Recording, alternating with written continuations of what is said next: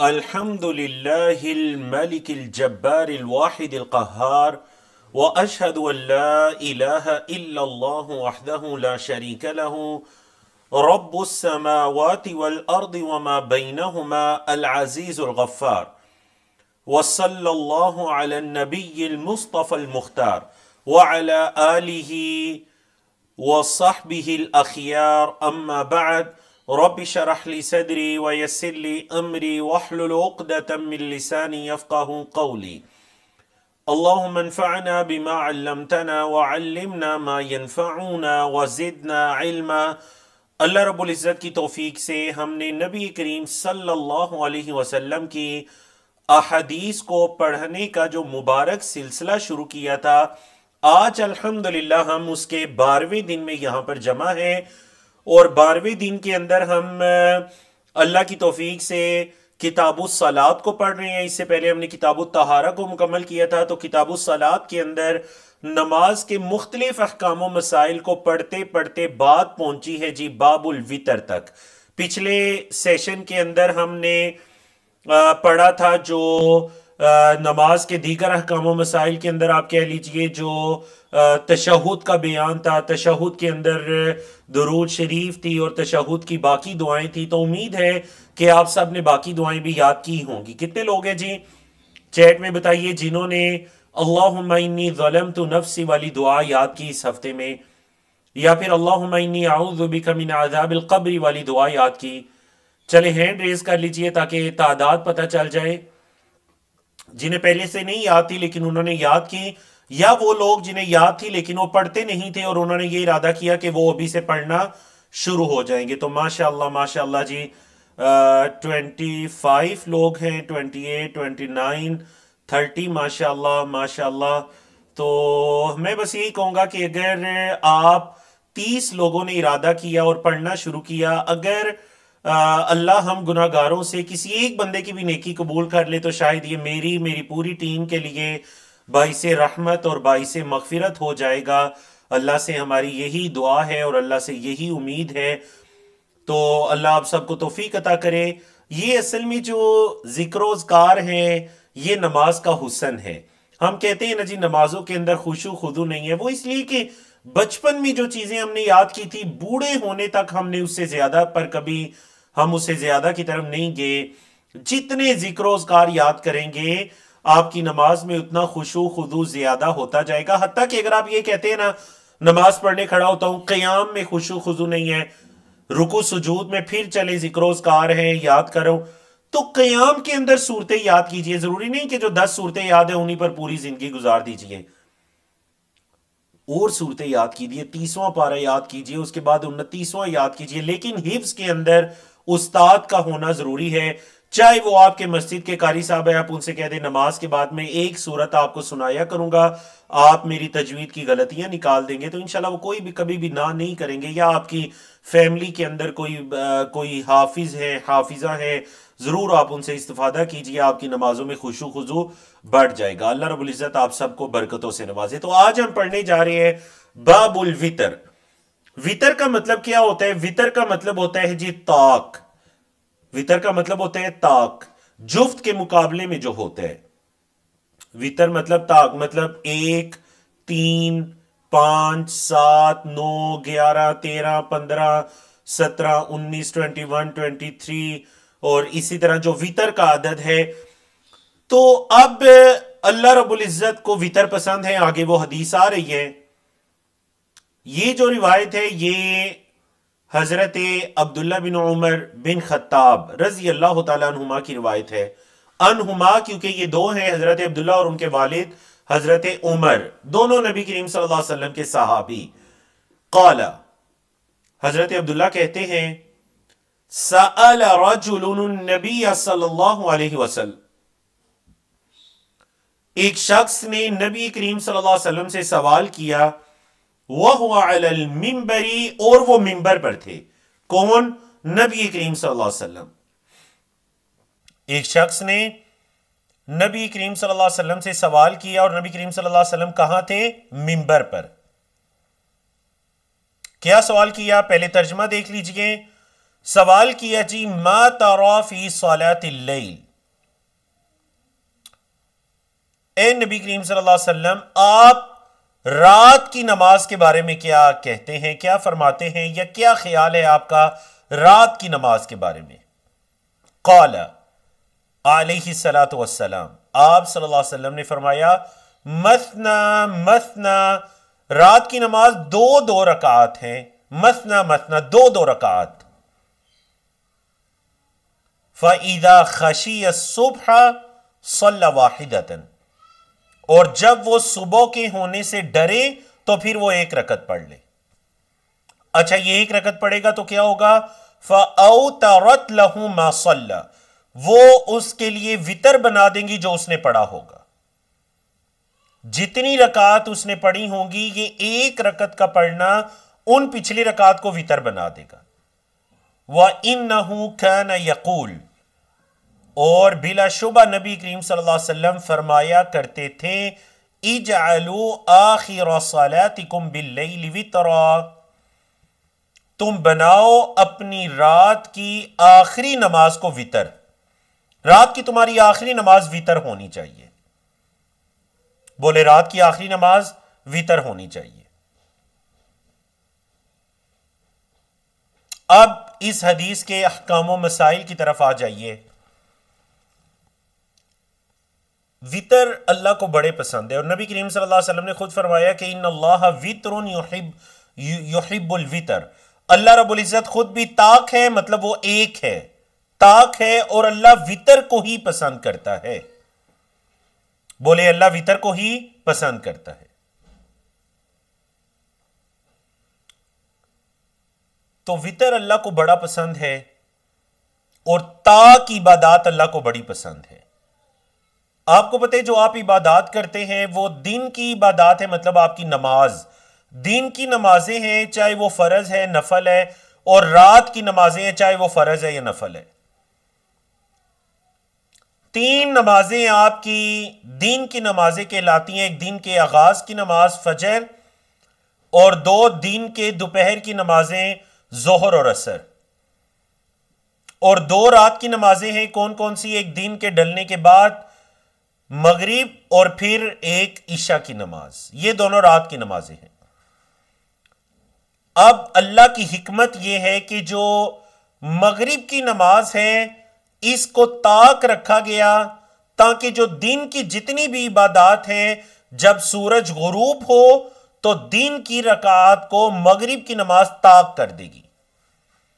आपने फजर की नमाज पढ़ी जी, 2 रकत सुन्नत, 2 रकत फर्ज। जोहर की नमाज आपने पढ़ी 10 या 12 रकात, फिर आपने असर की नमाज पढ़ी 4 रकात।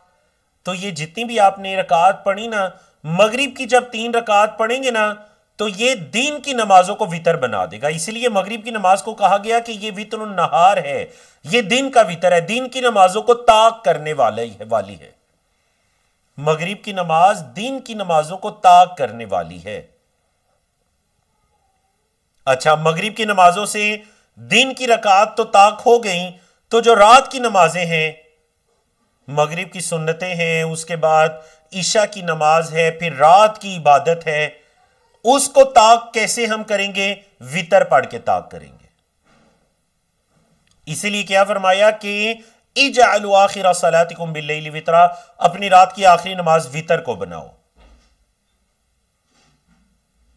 और ऊपर क्या फरमाया? फ़अौतरत लहू मा सल्ला, तो जब सुबह होने से वो डरे तो फिर एक रकत पढ़ ले। उसको ऐसे लगे कि अभी बस सुबह होने वाली है, फजर की अजान होने वाली है, फजर के लिए सूरज तुलू होने वाला है, तो उसको चाहिए कि एक रकत वितर पढ़ ले। तो क्या होगा? एक रकत पढ़ने से ये एक रकत उसकी रात की नमाजों को मासल्ला, जो भी उसने पढ़ा होगा ना, ईशा की नमाज है, ईशा की सुन्नतें हैं, रात की नमाज है, वो उसको वितर बना देगा। समझाइए आपको? अच्छा, अब यहां पर 2 मजीद मसाइल सुन लीजिए वितर से मुताल्लिक। एक मसला यह है कि अक्सर जब यह पूछा जाता है ना कि जी ईशा की नमाज कितनी रकात है, अगर अभी मैं आपसे पूछूं बताइए ईशा की नमाज कितनी रकात है, तो आप कहेंगे जी 4 फर्ज हैं, 2 सुन्नत है, और फिर आप क्या शुमार करेंगे? 1 या 3 वितर हैं। ऐसे ही है जी। हालांकि याद रखिए वितर जो है ये ईशा की नमाज नहीं है। बोले वितर ईशा की नमाज नहीं है। वितर असल में सलातुल लैल है, ये रात की नमाज है, ये सलातुल ईशा नहीं है, ये रात की इबादत है। और कब की? रात के 3 हिस्से हैं, पहला हिस्सा, दरमियाना हिस्सा, आखिरी हिस्सा। ये आखिरी हिस्से की इबादत है। हां, अगर किसी को यह डर है कि वो आखिरी हिस्से में क़याम नहीं कर सकेगा तो फिर वो सोने से पहले वितर पढ़कर सो ले। और अगर कोई यह समझता है कि सोने से पहले भी सुस्ती हो जाएगी, वितर रह जाएंगे, नहीं पढ़ सकेगा, तो फिर ईशा की नमाज के बाद ही वितर पढ़ ले। यह बिल्कुल एक आखिरी मजबूरी की हालत है। और बसूरत दीकर वितर जो है यह ईशा की इबादत नहीं है, ईशा की नमाज का हिस्सा नहीं है, यह रात की इबादत है। रात के जितने नवाफिल है, तहज्जुद है, यह उसको ताक करने वाली इबादत है वितर। और यहां पर देखिए एक बड़ा प्यारा जो इस हदीस के अंदर वितर से हटकर जो मसला है वो ये है कि एक शख्स ने नबी करीम सल्लल्लाहु अलैहि वसल्लम से सवाल किया और आप सल्लल्लाहु अलैहि वसल्लम मिंबर पर थे। अब बाज़ उलमा ने यह कहा कि शायद जुमे के खुतबे के दौरान सवाल किया, और बाज़ उलमा ने यह कहा कि नहीं, ये जुमे का खुतबा नहीं था बल्कि ये आप सल्लल्लाहु अलैहि वसल्लम वैसे ही मिंबर पर तशरीफ फरमा थे। चले दोनों सूरतें हो जाएं, चाहे जुमे का खुतबा है या चाहे आप सल्लल्लाहु अलैहि वसल्लम मिंबर पर तशरीफ फरमा है, तो यकीनन हजरत अब्दुल्ला बिन उमर भी मौजूद हैं, बाकी भी कुछ लोग वहां पर मौजूद होंगे।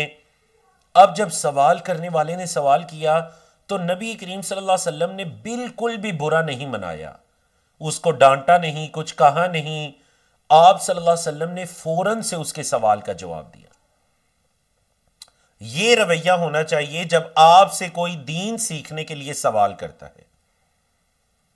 आपने तंग नहीं आना, बुरा महसूस नहीं करना, और आपने उसको सवाल का जवाब देना है। तो आप सल्लल्लाहु अलैहि वसल्लम ने उसी वक्त फौरन से उसको सवाल का जवाब दे दिया। अब देखें ना, सवाल उसने क्या पूछा था? मा तरा फी सलातिल लैल, रात की नमाज के बारे में आप बताइए।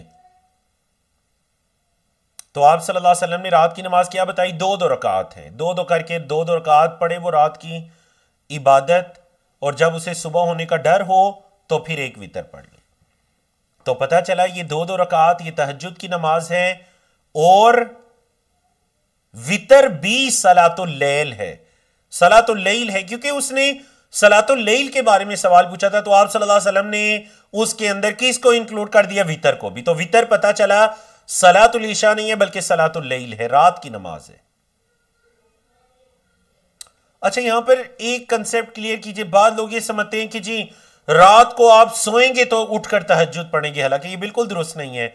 अब क्या मतलब, किसी बंदे को नींद नहीं आ रही, या कोई बंदा जो है वो रात को सोता नहीं है, या कोई बीमारी है, या किसी भी वजह से, तो क्या वो तहज्जुद की नमाज पढ़ ही नहीं सकता क्योंकि वो सो नहीं रहा? नहीं, ये बात नहीं है। बोलिए, ये बात नहीं है। तो आप सोए हैं या नहीं सोए, आपने क्या करना है? आपने तहज्जुद की नमाज पढ़नी है। हां, तहज्जुद के औकात हैं, रात को सोने से पहले भी पढ़ सकते हैं, आधी रात में भी उठकर पढ़ सकते हैं, है जी। तहज्जुद का जो सबसे अफजल वक्त है ना, वो आखिरुल लैल है, रात का आखिरी हिस्सा। आप रात को 3 हिस्सों में डिवाइड करें। मगरिब की अजान आपके यहां कितने बजे हो रही है? फजर की अजान कितने बजे हो रही है? बीच के टाइम को डिवाइड करें। मिसाल के तौर पर बीच का टाइम 12 घंटे बन रहा है, मिसाल दे रहा हूं, मुख्तलिफ मुमालिक में मुख्तलिफ हो सकता है। बीच का टाइम अगर 12 घंटे बन रहे हैं तो याद रखिएगा फजर से पहले जो 4 घंटे है ना, ये है 1/3, लास्ट 1/3, आपकी रात का आखिरी तिहाई हिस्सा। ये सबसे अफजल वक्त है जिस वक्त में अल्लाह अहकमुल हाकिमीन आसमाने दुनिया पर नुज़ूल फरमाते हैं। और अल्लाह फरमाता है कोई है सवाल करने वाला, मैं उसके सवाल का जवाब दूं, कुछ मांगने वाला मैं उसको अता करूं, मगफिरत मांगने वाला मैं उसको बख्श दूं, कोई हाजत रवा मैं उसकी ज़रूरत पूरी कर दूं। अल्लाह अकबर। समझ आ गई ना आपको? चलिए जी, वितर के बारे में दूसरी हदीस पढ़ते हैं। आन आयशा रज़ियल्लाहु अन्हा क़ालत, ये कैसे हो सकता है कि नबी करीम सल्लल्लाहु अलैहि वसल्लम की रात की इबादत का तज़किरा और उम्मुल मोमिनीन हज़रत आयशा की हदीस ना हो, या आपके अलावा दीगर उम्महात में से किसी की हदीस ना हो? देखिए, ये अल्लाह की बहुत बड़ी रहमत है। अल्लाह रब्बुल इज़्ज़त ने उम्महात के जरिए जो काम लिया, आपके इल्म में है कि वैसे देखें, कभी कोई मतलब आपके मैं वैसे एक मिसाल देता हूं, जरा आप सीरत के पहलू से इस मिसाल को समझिए।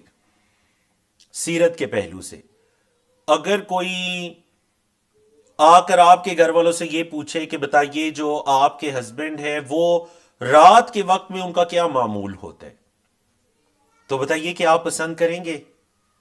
नहीं, आप नमाज पढ़ते हैं, नहीं पढ़ते, जागते हैं, उठते हैं, सोते हैं, बैठते हैं, जो भी करते हैं, रात का वक्त एक बड़ा मतलब एक सीक्रेट होता है ना। लेकिन अल्लाह के रसूल सल्लल्लाहु अलैहि वसल्लम की जिंदगी में हमारे लिए उस्वा हसना है। आप सल्लल्लाहु अलैहि वसल्लम की रात का भी एक एक लम्हा हमारे सामने है।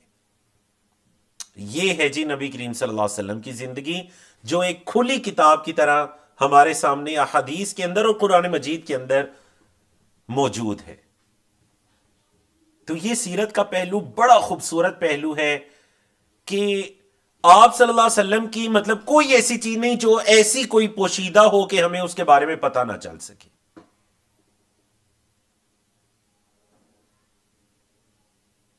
और यही है उस्वा हसना। अन आयशा रज़ियल्लाहु अन्हा क़ालत, उम्मुल मोमिनीन हजरत आयशा फरमाती हैं, मिन कुल्लिल लैली क़द औतरा रसूलुल्लाह सल्लल्लाहु अलैहि वसल्लम, नबी करीम सल्लल्लाहु अलैहि वसल्लम ने पूरी रात में, यानी पूरी रात से मतलब है रात के हर हिस्से में आप सल्लल्लाहु अलैहि वसल्लम ने वितर पढ़े। अच्छा, रात को 3 हिस्सों में तकसीम किया। मिन अव्वलिल लैल, रात के इब्तिदाई हिस्से में भी वितर पढ़े, व औसतिही, दरमियाने हिस्से में, वसत कहते हैं ना मिड को, दरमियाने हिस्से में भी वितर पढ़े, व आखिरी ही, रात के आखिरी हिस्से में भी वितर पढ़े। फंतहा वित्रुहु इला सहरी, और आप सल्लल्लाहु अलैहि वसल्लम का ये जो वितर है ना, ये खत्म होता था सहरी के वक्त। वो अब सहरी से मुराद वो रमजान की सहरी नहीं, मतलब वो वक्त मुराद है। वो जो सहरी खाने का वक्त होता है ना, फजर से कुछ पहले का, आप सल्लल्लाहु अलैहि वसल्लम का वितर उस वक्त जाकर खत्म होता था। तो ये तो अमल की हद तक है कि आप सल्लल्लाहु अलैहि वसल्लम ने उम्मत की आसानी के लिए सारे औकात बता दिए वितर पढ़ने के। इन सब पर आप सल्लल्लाहु अलैहि वसल्लम ने अमल किया, रात के इब्तिदाई हिस्से में भी, दरमियाने में भी, आखिरी में भी। लेकिन जो अफजल तरीन है वो रात का आखिरी हिस्सा है। बोले अफजल तरीन क्या है? रात का आखिरी हिस्सा जिसकी फजीलत आई है। और आप सल्लल्लाहु अलैहि वसल्लम भी इसी पर हमेशगी इख्तियार करते, क्योंकि देखिए उम्मुल मोमिनीन हजरत आयशा ने इशारा फरमा दिया, जो हदीस के आखिर में फरमाया ना, फंतहा वित्रुहु इला सहर, तो इससे उन्होंने इसको तरजीह दे दी कि आप सल्लल्लाहु अलैहि वसल्लम के जो रात के 3 औकात हैं उसके अंदर आप सल्लल्लाहु अलैहि वसल्लम का वितर आखिरी हिस्से में होता था। ऐसे ही है ना? हां, जायज जवाज की हद तक तीनों औकात में आप सल्लल्लाहु अलैहि वसल्लम ने पढ़ा। ठीक है, जवाज की हद तक पढ़ा। लेकिन अगर हम ये जानना चाहें कि आप सल्लल्लाहु अलैहि वसल्लम की सुन्नत क्या थी, तरीकाकार क्या था, तो वो आखिरुल लैल है, रात का आखिरी हिस्सा। इसीलिए क्या फरमा दिया, फंतहा वित्रुहु इला सहर, सहरी के वक्त आप सल्लल्लाहु अलैहि वसल्लम का वितर मुकम्मल होता। अगली हदीस की तरफ चलते हैं। अब सवाल यह पैदा होता है कि आप सल्लल्लाहु अलैहि वसल्लम की रात की इबादत कितनी रकात होती थी? बोले आप सल्लल्लाहु अलैहि वसल्लम की रात की इबादत कितनी रकात होती थी? इसमें भी हदीस उम्मुल मोमिनीन हज़रत आयशा रज़ियल्लाहु तआला अन्हा की क़ालत कहती है, कान रसूलुल्लाह सल्लल्लाहु अलैहि वसल्लम, अल्लाह के रसूल सल्लल्लाहु अलैहि वसल्लम थे, युसल्ली पढ़ते, मिनल लैली रात को, 13 रकातन, 13 रकात।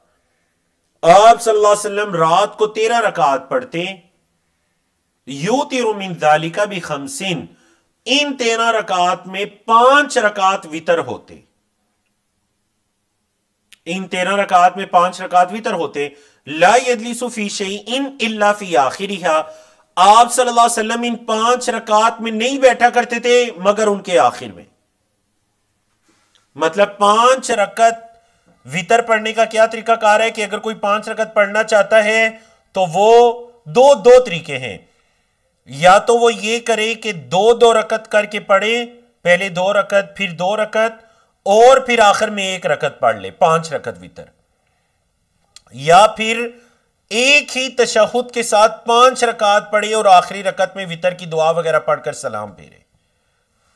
तो नबी करीम सल्लल्लाहु अलैहि वसल्लम का जो तरीका हजरत आयशा बता रही है इस हदीस में, वो ये वाला बता रही हैं कि आप सल्लल्लाहु अलैहि वसल्लम उनके आखिर में ही बैठा करते थे, मतलब 5वीं रकात में।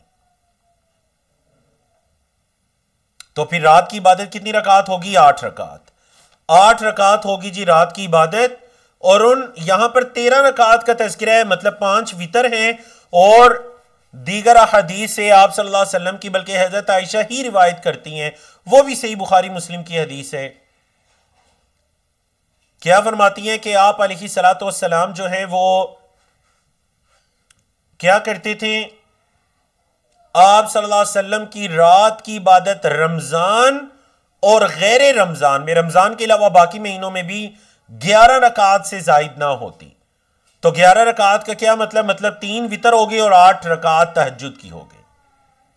लेकिन याद रखिएगा आप सल्लल्लाहु अलैहि वसल्लम का क़याम उसमें बड़ा तवील होता था। कभी कभी आप सल्लल्लाहु अलैहि वसल्लम पूरी पूरी सूरतुल बकरा भी एक एक रकत में पढ़ जाया करते थे। अल्लाह अकबर। तो अब अगर कोई रात की इबादत में, अगर कोई शख्स रात की इबादत में अल्लाह के रसूल सल्लल्लाहु अलैहि वसल्लम की सुन्नत को पाना चाहता है, मतलब वो ये चाहता है कि मैं तहज्जुद भी पढ़ूं और सुन्नत पे भी अमल करूं, तो उसे चाहिए कि 8 रकात पढ़ें और उसके बाद 1, 3, 5, 7 जितने वितर पढ़ना चाहता है वो पढ़ ले। ठीक है, ये सुन्नत है। लेकिन दूसरी सूरत यह है कि एक बंदा आकर ये कहता है कि जी मुझे तो बहुत कम कुरान मजीद याद है, 8-10 सूरतें याद है। अब अगर मैं बार बार वही सूरतें पढ़ूंगा तो जाहिर बात है कि मेरी जो रकात हैं वो, अगर मैं 8 रकात पढ़ूंगा और मुझे चंद सूरतें याद हैं तो मेरा तो क़यामुल लैल जो है वो चंद मिनटों का हो जाएगा, घंटे तक बात भी नहीं पहुंचेगी। तो उसे चाहिए वो 8 से ज्यादा रकात भी पढ़ सकता है। बोले वो 8 से ज्यादा रकात भी पढ़ सकते हैं, लेकिन सुन्नत 8 है। अगर आप रात की इबादत भी करना चाहते हैं और सुन्नत का सवाब भी हासिल करना चाहते हैं तो 8 रकात। लेकिन अगर आप ये चाहते हैं मैं रकात ज्यादा पढ़ूं तो ठीक है, जितनी मर्जी ज्यादा पढ़ें, क्योंकि उस वक्त में नबी करीम सल्लल्लाहु अलैहि वसल्लम ने नफल पढ़ने से मना नहीं किया। तो जितने नवाफिल आप पढ़ सकते हैं पढ़ें। इसकी आसान सी मिसाल है कि जोहर से पहले आप सल्लल्लाहु अलैहि वसल्लम से कितनी रकात सुन्नत पढ़ना साबित है जी? 4 रकात सुन्नत मौक़दा। लेकिन एक बंदा मस्जिद में आया, उसने 4 रकात पढ़ी, देखा अभी जोहर की नमाज के अंदर काफी वक्त है, 10 मिनट का टाइम बाकी है, 8 मिनट का टाइम बाकी है और फर्ज खड़े होने में, तो वो मजीद नवाफिल पढ़ सकता है उस वक्त के अंदर। अब आप सल्लल्लाहु अलैहि वसल्लम ने तो जोर से पहले 4 रकात पढ़ी सुन्नत मौक़दा, ये बंदा दीगर नवाफिल पढ़ रहा है, तो कोई हरज नहीं है नवाफिल पढ़ने में। क्यों? क्योंकि उस वक्त आप सल्लल्लाहु अलैहि वसल्लम ने नवाफिल पढ़ने से मना नहीं फरमाया। तो बिल्कुल रात की भी यही मिसाल है कि ये मिसाल रात की भी ये है कि ये वक्त रकात नवाफिल पढ़ने के लिए तो जितने पढ़ सकते हैं वो पढ़े, लेकिन अगर सुन्नत पर अमल करना चाहते हैं तो 8 पढ़े। ठीक है जी।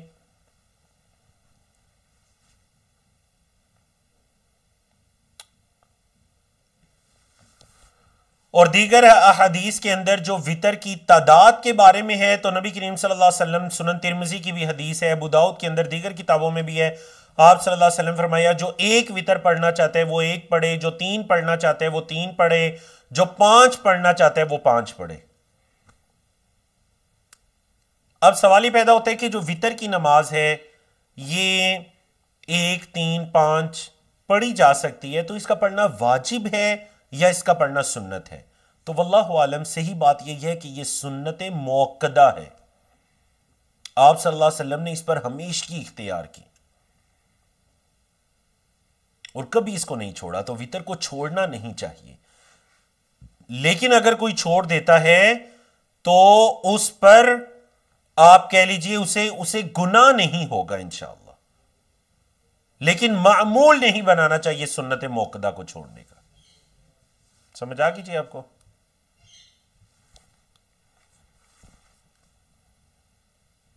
वितर के बारे में बाकी जो मसाइल वगैरह आप पूछ रहे हैं तो वो सेशन के आखिर में उनके जवाबात की तरफ आते हैं, तो वितर के बारे में कुछ मजीद बातें भी डिस्कस हो जाएंगी इंशाअल्लाह सेशन के आखिर में।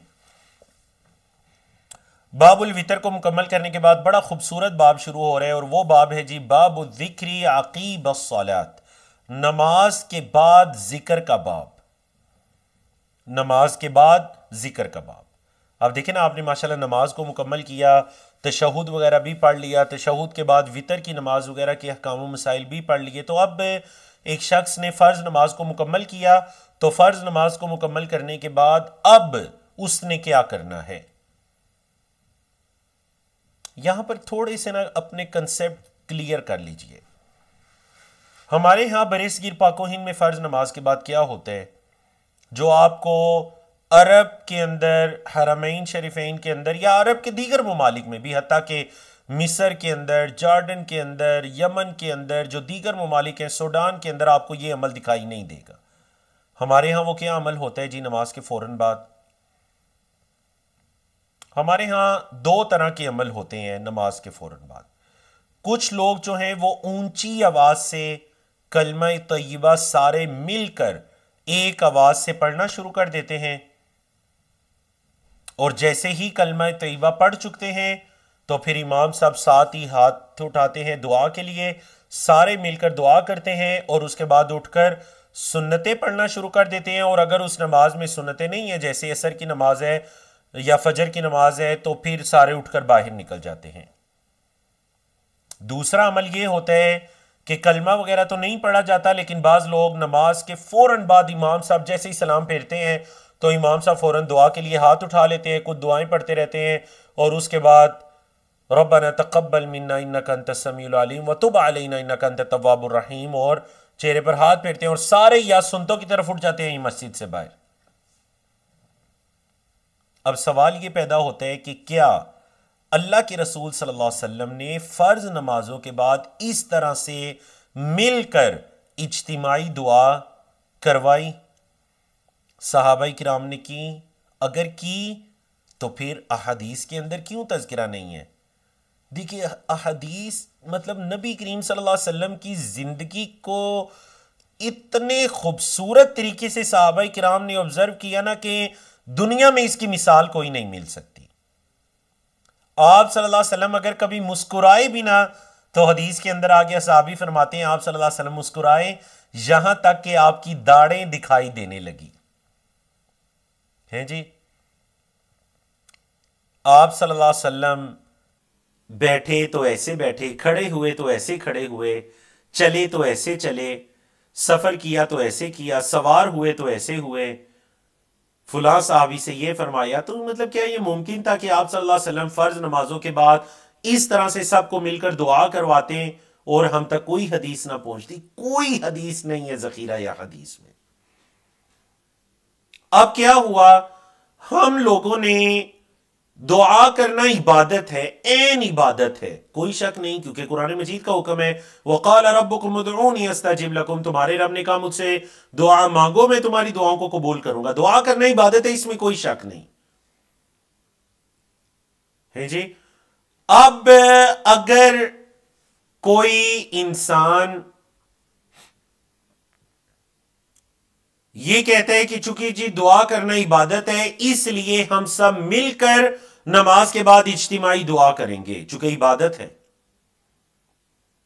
ठीक है, इबादत है, आप पूरा दिन बैठकर दुआ मांगते रहें, जोहर पढ़कर बैठ जाए, असर की अजान तक आप दुआ मांगते रहें, इसमें कोई हर्ज वाली बात नहीं है। लेकिन जब कुछ लोग मिलकर एक इबादत को एक तरीके के साथ करते हैं ना, तो फिर सवाल ये पैदा होता है कि क्या आप सल्लल्लाहु अलैहि वसल्लम ने ये किया या नहीं किया। अगर तो किया तो फिर हमें हदीस पता चलनी चाहिए थी। और यहां पर हजरत अब्दुल्ला बिन मसूद का कौल भी है, दीगर सलफ सालिहीन में से भी बाज का ये कौल है। फरमाते हैं कि अगर लोग किसी जगह पर किसी भी वक्त में, मतलब किसी इबादत के वक्त में लोग अगर किसी बिदअत को इख्तियार करते हैं, तो अल्लाह रब्बुल इज्जत की तरफ से आजमाइश ये आती है कि उस मौके की, उस मुनासबत की जो सुन्नत होती है ना, लोगों के दरमियान से उठा ली जाती है। अब देखिए हुआ क्या कि हमने एक अपनी तरफ से इस मौके पर मिलकर सब ने दुआ करने के अमल को शुरू कर दिया, या कलमा तैयबा को ऊंची आवाज से पढ़ना शुरू कर दिया, तो अल्लाह की तरफ से आजमाइश ये आई कि नमाज के बाद का कोई एक जिक्र उज़कार किसी को याद नहीं होता, इल्ला माशा अल्लाह, कुछ लोगों को याद भी होते हैं। ये अल्लाह की बहुत बड़ी आजमाइश है। अल्लाह रब्बुल इज्जत ने नबी करीम सल्लल्लाहु अलैहि वसल्लम की उम्मत से, और खास कर उम्मत के जो करोड़ों अफराद बरे सगीर, पाको हिंद और इन खित्तों में बसते हैं ना, नमाज के बाद ऐसे अमाल करने की वजह से ये जो आप सल्लल्लाहु अलैहि वसल्लम की सुन्नतें आ रही हैं ना, इन सुन्नतों को उठा लिया उम्मत से। आज किसी को नहीं याद कि नमाज के बाद आयतुल कुर्सी भी पढ़नी है जी, सुभान अल्लाह, अल्हम्दुलिल्लाह, अल्लाहु अकबर पढ़ना है, अल्लाहुम्मा अंतस सलाम व मिनकस सलाम पढ़ना है। और याद रखिएगा, ये सिर्फ कोई जमात की नमाज के साथ नहीं है, औरतें भी घर के अंदर जो इंफरादी नमाज पढ़ रही है ना, तो वो भी नमाज के बाद अपनी जगह पर बैठी रहेंगी, जिक्र-ओ-ज़कार करती रहेंगी और इन जिक्र-ओ-ज़कार को मुकम्मल करेंगी। कोई कहते हैं मुझे याद नहीं है, तो याद नहीं है तो वो छोटा सा पंफलेट मिलता है नमाज के बाद के जिक्र-ओ-ज़कार का, वो ले लें, अपनी जेब में रख लें, नमाज के बाद जेब से निकाले, देख कर पढ़े। मैं यकीन से कहता हूं एक हफ्ता देख कर पढ़े, उसके बाद आप जुबानी पढ़ना शुरू हो जाएंगे इंशाअल्लाह। मोबाइल के अंदर है एक पिक्चर, आपके ग्रुप में सेंड भी की जाएगी, नमाज के बाद के मुकम्मल जिक्र-ओ-ज़कार बाहवाला। तो मोबाइल से उस पिक्चर को ओपन कीजिए, एक दो हफ्ते देखकर पढ़िए, उसके बाद आप जुबानी पढ़ना शुरू हो जाएंगे। लेकिन हमने क्या किया, हमने जिक्र-ओ-ज़कार को छोड़ा, हमने कहा जी हम दुआ करेंगे सारे मिलकर, और दुआ करेंगे, और एक किसी बंदे को जिक्र-ओ-ज़कार का नहीं पता, ना याद है।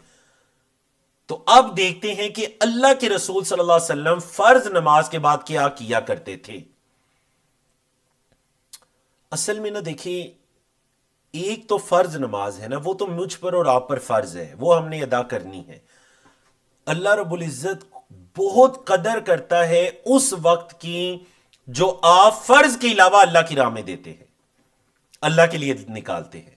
फर्ज तो पढ़ना ही पढ़ना है ना, फर्ज पढ़ लिए हैं, दिल चाह रहा है बैठा रहूं मस्जिद में जिक्र-ओ-ज़कार करता रहूं, दिल चाह रहा है मैं अपने मुसल्ले पर बैठी रहूं, जिक्र-ओ-ज़कार करती रहूं। यह है असल वक्त, बोले ये है असल वक्त।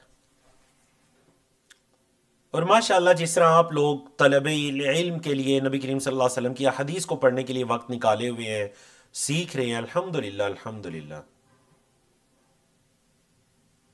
चलिए जी, अब आते हैं हदीस की तरफ। इस पूरे मुकद्दिमे और तमहीद के बाद हजरत अब्दुल्ला बिन अब्बास रज़ी अल्लाहु अन्हुमा की रवायत है कि अन्ना रफ़अ अस्सौत बिज़्ज़िक्री, ये जो जिक्र के साथ आवाज बुलंद करना है ना, जिक्र के साथ आवाज बुलंद करना, हीना यनसारिफुन नासु मिनल मकतूबती, जब लोग फर्ज नमाज से फिर जाएं तो ऊंची आवाज में जिक्र करना या जिक्र के साथ अपनी आवाज को बुलंद करना। काना अला अहदी रसूलिल्लाह सल्लल्लाहु अलैहि वसल्लम, अल्लाह के रसूल सल्लल्लाहु अलैहि वसल्लम के जमाने में ऐसा होता था। क़ाल इब्न अब्बास, हजरत अब्दुल्ला बिन अब्बास फरमाते हैं, जो छोटे बच्चे हुआ करते थे और नमाज के वक्त मस्जिद के आगे पीछे खेल कूद में मसरूफ होते, कहते हैं कुन्तु अअलमु, मैं जान जाया करता था, इदन सरफू बिदालिका इदा समिअतुहु, जब वो नमाज से फिर जाते ना तो मुझे कैसे पता चलता कि अब ये लोग नमाज मुकम्मल हो चुकी है, नमाज से फिरने वाले हैं, सलाम फिर चुके हैं, मुझे कैसे पता चलता इदा समिअतु, जब मैं ये सुनता, जब मैं नमाज के बाद जिक्र को सुनता ना तो मुझे पता चलता वो नमाज तो मुकम्मल हो चुकी है। मतलब सहाबा किराम और नबी करीम सल्लल्लाहु अलैहि वसल्लम नमाज के बाद जिक्र किया करते थे। वफी लफ्ज़िन, और एक लफ्ज में क्या है, मा कुन्ना नारिफु इंक़िदा अस्सलाति रसूलिल्लाह सल्लल्लाहु अलैहि वसल्लम इल्ला बित्तकबीर, हम नहीं पहचानते थे आप अलैहिस्सलातु वस्सलाम की नमाज को, हम नहीं पहचानते थे आप सल्लल्लाहु अलैहि वसल्लम की नमाज को मगर तकबीर के साथ। क्या मतलब तकबीर? मतलब अस्सलामु अलैकुम व रहमतुल्लाह, अस्सलामु अलैकुम व रहमतुल्लाह, इसके बाद जो ऊंची आवाज में अल्लाहु अकबर कहा जाता था और फिर अस्तगफिरुल्लाह अस्तगफिरुल्लाह अस्तगफिरुल्लाह। तो इस जिक्र के जरिए हमें पता चलता कि आप सल्लल्लाहु अलैहि वसल्लम की नमाज इनक़िदा मुकम्मल हो चुकी है। जब ऊंची आवाज में तकबीर की आवाज आती है अल्लाहु अकबर, लेकिन याद रखिएगा सारे मिलकर एक आवाज से ना कहते, मतलब जब हर कोई तकबीर कहता तो एक आवाज पैदा हो जाती। समझा कि ना आपको? तो ये आप सल्लल्लाहु अलैहि वसल्लम की नमाजों का मामूल हुआ करता था कि आप सल्लल्लाहु अलैहि वसल्लम नमाज के बाद जिक्र-ओ-ज़कार करते, सहाबा किराम जिक्र-ओ-ज़कार करते, बैठे रहते मस्जिद के अंदर। अच्छा, सहाबा किराम को तो थोड़ा सा ये भी होता था ना कि नबी करीम सल्लल्लाहु अलैहि वसल्लम का दीदार हो रहा है, आप सल्लल्लाहु अलैहि वसल्लम कुछ फरमाएंगे, सुन लेंगे। लेकिन उसके अलावा भी बड़ी फजीलत है। सही मुस्लिम की हदीस के अंदर आप सल्लल्लाहु अलैहि वसल्लम ने फरमाया कि अल्लाह के फरिश्ते उस बंदे के लिए दुआ करते रहते हैं, रहमत की, मगफिरत की, उस बंदे पर दुरूद भेजते रहते हैं जो बंदा फर्ज नमाज मुकम्मल करने के बाद अपनी जगह पर बैठा रहता है। हाँ, दो शुरूत हैं, एक कि वो बात ना करे, दुनिया की कोई बात ना करे, नंबर दो वो बेवुजू ना हो, बेवुजू ना हो, दुनिया की बात ना करे, तो अल्लाह के फरिश्ते उस पर दुरूद भेजते रहते हैं। बोले, अल्लाह के फरिश्ते उस पर दुरूद भेजते रहते हैं। हाँ, अगर वो बेवुजू हो जाएगा या फिर वो दुनिया की कोई बात कर देगा तो फिर वो इस फजीलत से निकल जाएगा, फिर अल्लाह के फरिश्तों का दुरूद नहीं है। समझा कि ना आपको? अब देखिए नबी करीम सल्लल्लाहु अलैहि वसल्लम की बड़ी एक प्यारी दुआ जो नमाज के बाद आप मांगा करते थे, और इंशाल्लाह हम सब कोशिश करेंगे कि हम आने वाले दिनों में अपनी आदत इसको बना लें। ये रिवायत है अन वर्रादिन, वर्राद की रिवायत है। ये कौन थे वर्राद? ये मुगीरा बिन शोबा के गुलाम थे। बाज़ रिवायात के मुताबिक मुगीरा बिन शोबा के आज़ाद करदा गुलाम थे। काला कहते हैं अमला अलैयल मुगीरा तुम शोबा, मुगीरा बिन शोबा ने मुझे इमला करवाई, लिखवाया, फी किताबिन, एक किताब में, इला मुआविया रदियल्लाहु अन्हुमा, जो उन्होंने हजरत मुआविया की तरफ भेजी थी। क्या लिखवाया कि नबी सल्लल्लाहु अलैहि वसल्लम कान यक़ूलु फी दुबुरी कुल्ली सलातिन, कि नबी करीम सल्लल्लाहु अलैहि वसल्लम हर नमाज के बाद, मकतूबतिन, हर फर्ज नमाज के बाद ये कहा करते थे। क्या फरमाया करते थे? ला इलाहा इल्लल्लाहु वहदहु ला शरीका लहु लहुल मुल्कु व लहुल हम्दु व हुवा अला कुल्ली शैइन क़दीर, अल्लाहुम्मा ला मानिअ लिमा अअतैत व ला मुअतिय लिमा मनअत व ला यनफउ ज़ल जद्दि मिनकल जद्द। यहां तक ला इलाहा से लेकर जद तक। दुआ का तर्जुमा सुने, ला इलाहा इल्लल्लाह, कोई माबूद बरहक नहीं सिवाय अल्लाह के, वहदहु, वो अकेला है, ला शरीका लहु, उसका कोई शरीक नहीं, लहुल मुल्क व लहुल हम्द, बादशाहत भी उसकी है, तारीफ भी उसकी है, वह हुवा अला कुल्ली शैइन क़दीर, और वो हर चीज़ पर कादिर है। अल्लाहुम्मा, ए अल्लाह, ला मानिअ लिमा अतैत, ए अल्लाह जो तू दे वो कोई रोक नहीं सकता, वला मुअतिया, और ए अल्लाह लिमा मनाता, जो तू रोक ले वो कोई दे नहीं सकता। अल्लाहु अकबर, अल्लाहु अकबर, कितने प्यारे अल्फाज हैं जी। मुझे बताइए कि अगर कोई नमाज के बाद इस यकीन के साथ इस दुआ को पढ़ लेता है तो वो मतलब क्या उसकी ज़िंदगी में कोई महरूमी होगी, या फिर कोई चीज़ उससे छीन जाए तो क्या उसे उसका दुख होगा? क्योंकि वो हर नमाज के बाद तो कहते हैं अल्लाहुम्मा ला मानिअ लिमा अतैत व ला मुअतिय लिमा मनअत, ए अल्लाह जो तू दे उसे कोई रोक नहीं सकता, और ए अल्लाह जो तू रोक ले वो कोई दे नहीं सकता। मेरा तो ये ईमान है, मेरा तो ये यकीन है। तो अल्लाह अगर कुछ मुझसे छीन गया तो वो तेरी तरफ से था, तो अल्लाह जिसको तू रोक ले, मुझ तक कोई चीज़ ना पहुंचे, तो अल्लाह वो कौन दे सकता है तेरे अलावा? और अल्लाह जो तू देने पे आए उसे रोक कौन सकता है? देखिए ना, हम ये समझते हैं कि जी फुलां की वजह से मेरे रिस्क पर असर पड़ जाएगा। कैसे असर पड़ जाएगा? अगर आप हर नमाज के बाद ये कहेंगे, ए अल्लाह जो तू दे वो कोई रोक नहीं सकता, जो तू रोके वो कोई दे नहीं सकता। अल्लाह अकबर, अल्लाह अकबर। समझ आ गई ना? वला यनफउ ज़ल जद्द मिनकल जद्द, और ए अल्लाह किसी बुजुर्गी वाले की बुजुर्गी तेरी बुजुर्गी से ज्यादा नफा देने वाली नहीं। दुनिया में सबसे ज्यादा जो नफा दे सकती है अल्लाह वो तू है। हमारे नफा की सारी उम्मीदें अल्लाह तुझ से ही वाबस्ता हैं, तेरे अलावा कोई नहीं है जो इतना नफा दे सके। वला यनफउ ज़ल जद्द मिनकल जद्द, मिन का मतलब तेरे मुकाबले में दूसरी किसी बुजुर्गी वाले की बुजुर्गी इतनी नफा नहीं दे सकती। समझाइए आपको। सुम्मा वफ़दतु बअदु अला मुआविया, ये जो वर्राद है ना, ये कहते हैं अच्छा इसके बाद मैं एक मरतबा हजरत मुआविया के पास गया, सफर करके गया। फसमिअतुहु, तो मैंने सुना हजरत मुआविया को यअमुरुन्नास बिज़ालिका, हजरत मुआविया लोगों को इसका हुक्म दे रहे हैं कि लोगों नमाज के बाद ये दुआ पढ़ा करो। ये था सहाबा किराम का नबी करीम सल्लल्लाहु अलैहि वसल्लम की हदीस से तज़किरा। और देखिए इधर से हजरत मुआविया और हजरत मुगीरा की फजीलत भी पता चल रही है कि हजरत मुगीरा लिख कर इस हदीस को हजरत मुआविया को भेज रहे हैं, और हजरत मुआविया वर्रात कहते हैं मतलब बाद में फिर कभी जब मैं सफर करके हजरत मुआविया के पास गया ना, तो मैंने देखा लोगों को हुक्म दे रहे थे कि नमाज के बाद ये जिक्र किया करो।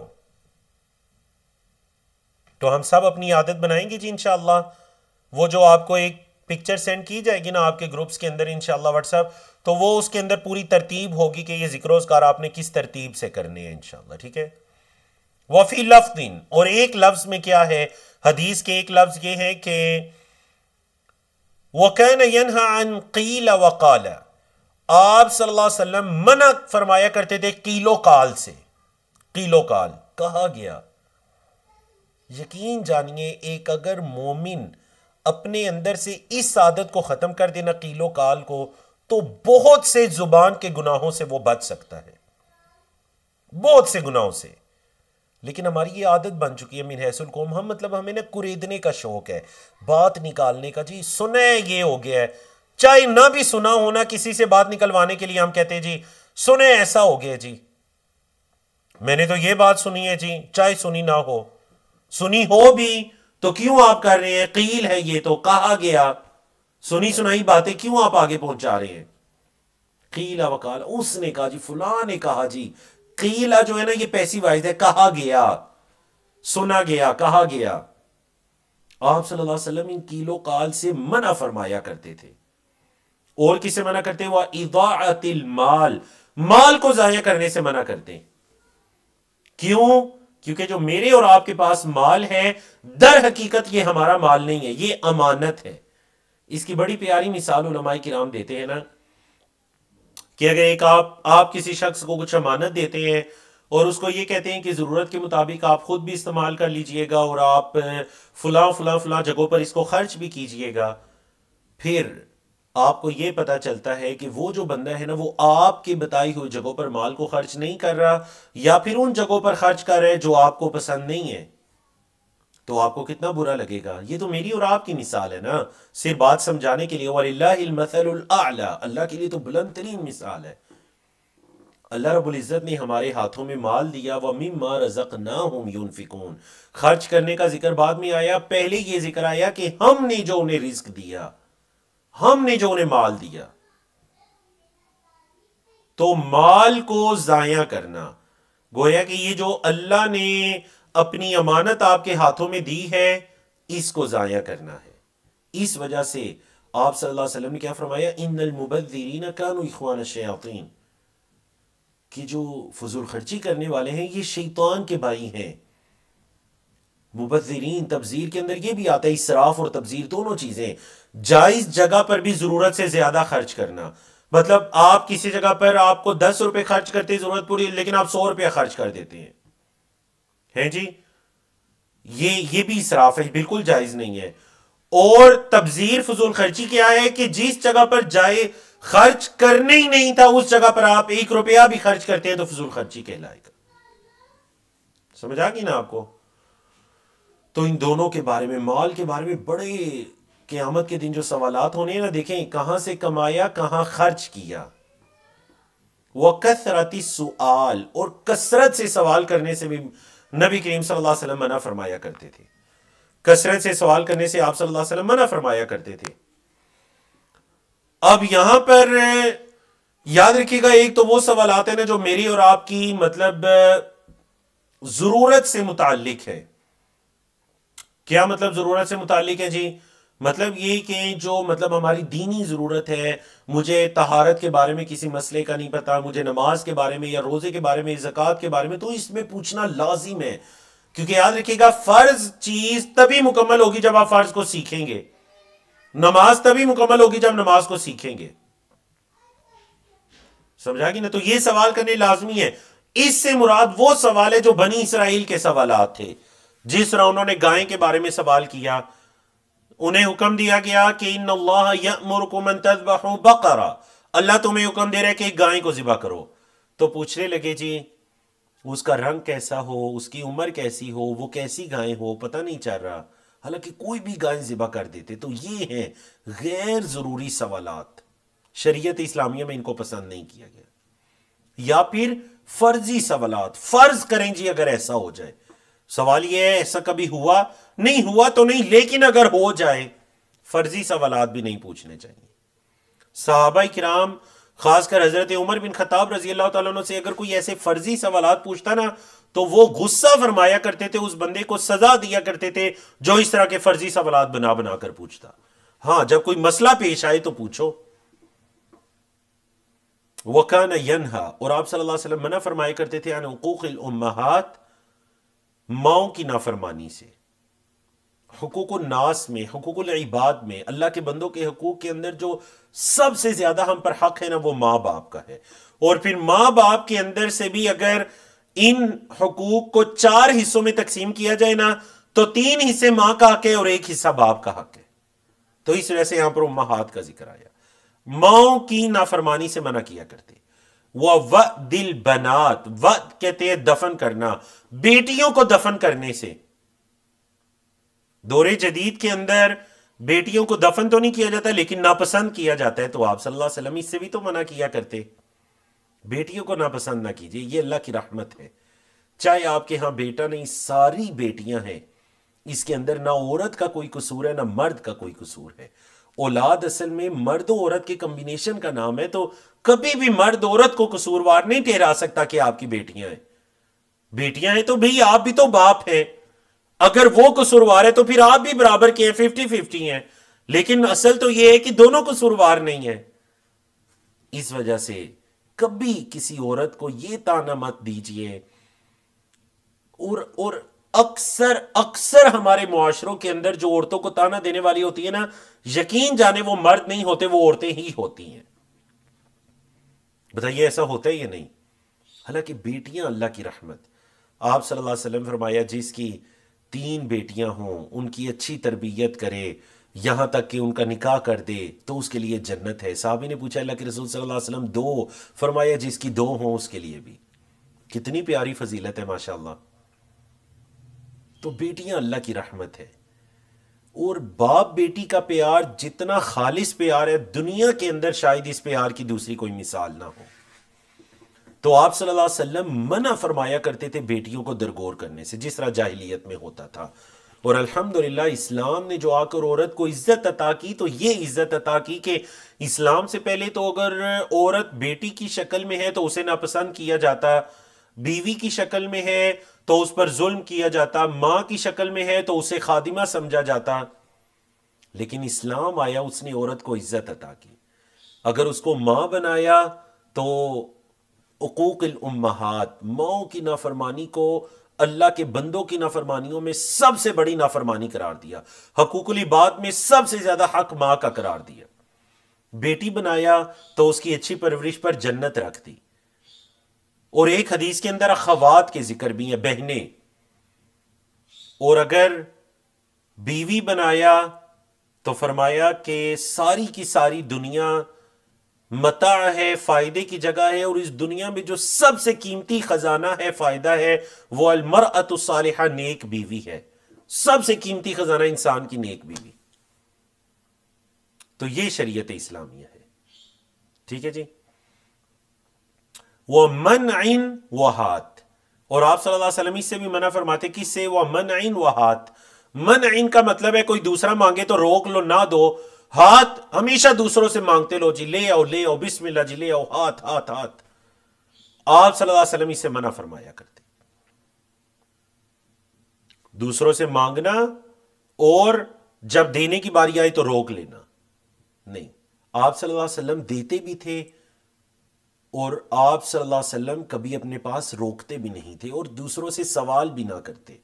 आप सल्लल्लाहु अलैहि वसल्लम दूसरों से सवाल भी ना करते। हाँ, अगर कभी अल्लाह के दीन के लिए मांगने की जरूरत है तो आप सल्लल्लाहु अलैहि वसल्लम गज़वाए खंदक के मौके पर, मस्जिद नबवी की तामीर के मौके पर, अगर कभी ऐसी जरूरत पेश आती है तो ये आप सल्लल्लाहु अलैहि वसल्लम की सुन्नत हमारे सामने है।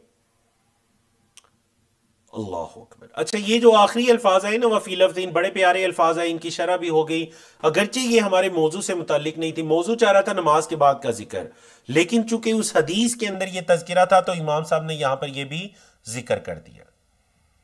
अब हम आज की आखिरी हदीस की तरफ आते हैं, और ये बड़ी प्यारी हदीस है, इसकी ज़्यादा शरह करने की ज़रूरत नहीं है, क्योंकि इसका तर्जमा ही सुन लीजिए तो ये पूरी शरह हो जाएगी।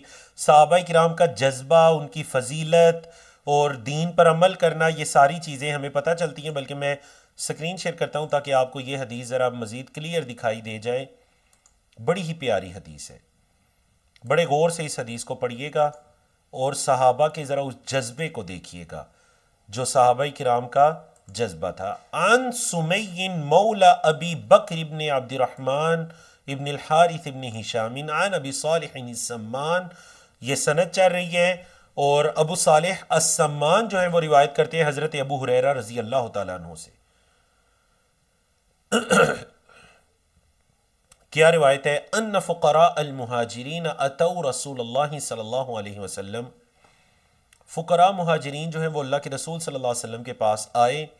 फ़क़ालू, तो उन्होंने कहा, क्या कहा जी? फुकरा मुहाजिरीन ने कहने लगे, क़द ज़हब अहलुद्दुसूर बिद्दरजातिल उला, ए अल्लाह के रसूल सल्लल्लाहु अलैहि वसल्लम, ये जो मालों वाले हैं ना, अमवाल वाले लोग, ये तो बुलंद दरजात ले गए। वन नईमिल मुकीम, और जो हमेशा की नेमतें हैं ना, मतलब जन्नत की नेमतें, तो ये लोग समेट के जिनको अल्लाह ने माल अता किए। फ़क़ाला, आप सल्लल्लाहु अलैहि वसल्लम ने फरमाया, वह मा ज़ाका, वो कैसे? ज़रा बात को वजाहत करो, किस तरह के माल वाले बुलंद दरजात और जन्नतों को ले गए। कालू, तो उन सहाबा ने फरमाया, वो जो फुकरा मुहाजिरीन थे, उन्होंने कहा, युसल्लून कमा नुसल्ली, ए अल्लाह के रसूल सल्लल्लाहु अलैहि वसल्लम, ये जो मालदार है ना, ये भी वैसे ही नमाज पढ़ते हैं जैसे हम पढ़ते हैं। वह यसूमून कमा नसूम, ये भी वैसे ही रोजे रखते हैं जैसे हम रोजे रखते हैं। वह यतसद्दकून, और ये सदका करते हैं। वला नतसद्दकू, ये फर्क आ गया, हम सदका नहीं करते, हमारे पास माल ही नहीं है, हम सदका नहीं कर सकते। वह युतिकूना, वो गर्दनें आजाद करते हैं। वला नोतिक, और हम गर्दनें आजाद नहीं कर सकते। देखे ना, आज मैं और आप ज्यादा माल की तमन्ना करते हैं तो क्यों करते हैं कि जी मेरा घर सबसे अच्छा हो जाए, मेरी गाड़ी सबसे अच्छी हो जाए, मेरा रहन सहन, मेरा वो क्या कहते हैं जी, वो मेरा जो लाइफ स्टाइल है वो सबसे अच्छा हो जाए। ये जो फुकरा सहाबा किराम थे, इन्हें क्या फिक्र थी?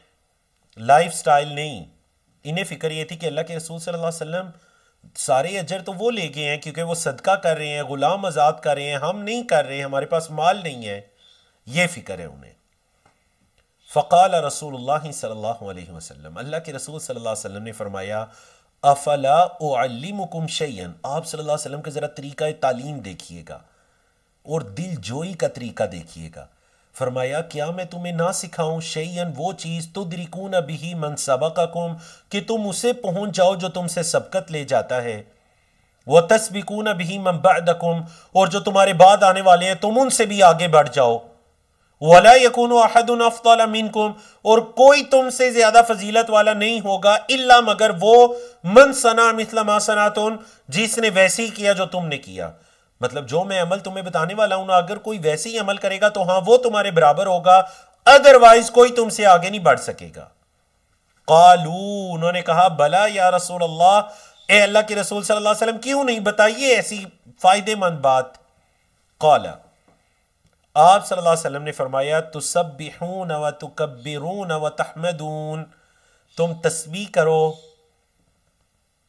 तकबीर करो, सुबहान अल्लाह कहो, अल्लाह अकबर कहो, तहमदून अल्हम्दुलिल्लाह कहो, दुबुर कुल्ली सलातिन, हर नमाज के बाद, सलासन व सलासीन मर्रा, 33 मरतबा, 33 मरतबा। तो तुम भी अजर सवाब में उनसे आगे बढ़ जाओगे। कितना प्यारा अमल बता दिया। काला अबू सालिहीन, अबू सालेह कहते हैं फरजा फुकराउल मुहाजिरीन, अच्छा फिर दोबारा आगे नबी करीम सल्लल्लाहु अलैहि वसल्लम के पास, कुछ दिन गुजरे, ज़ाहिर बात है उन्होंने ये अमल करना शुरू कर दिया, नमाज के बाद 33 मरतबा ये जिक्र शुरू कर दिए, सुबहान अल्लाह, अल्लाहु अकबर, अल्हम्दुलिल्लाह। कुछ दिन गुजरे तो वापिस आए, फ़कालू, तो कहने लगे ए अल्लाह के रसूल सल्लल्लाहु अलैहि वसल्लम, ये क्या हुआ। समिया इख्वानुना अहलुल अम्वाली बिमा फ़अलना, हमारे जो भाई हैं ना मालदार, जब उन्होंने सुना ना जो हमने किया, फ़फ़अलू मिथलहू, तो उन्होंने भी वैसा किया जैसा हमने किया था, उन्होंने भी वैसे ही करना शुरू कर दिया, मतलब नमाज के बाद वो भी वैसे ही जिक्र करने लगे। फ़क़ाल रसूलुल्लाह सल्लल्लाहु अलैहि वसल्लम, तो अल्लाह के रसूल सल्लल्लाहु अलैहि वसल्लम ने फरमाया, अब अगर बात ऐसी है ना तो ज़ालिका फ़ज़लुल्लाहि युअतीहि मन यशा, ये अल्लाह का फजल है, अल्लाह जिसको चाहता है देता है। अगर ऐसी बात है तो फिर ये अल्लाह का फजल है। फिर जाहिर बात है अब जिक्र में भी अगर वो तुम्हारे बराबर हो गए हैं तो फिर जो उनके पास अल्लाह का फजल है, जिसे वो अल्लाह की राह में खर्च करते हैं, सदका करते हैं, गुलाम आजाद करते हैं, तो ये अल्लाह का फजल है उन पर।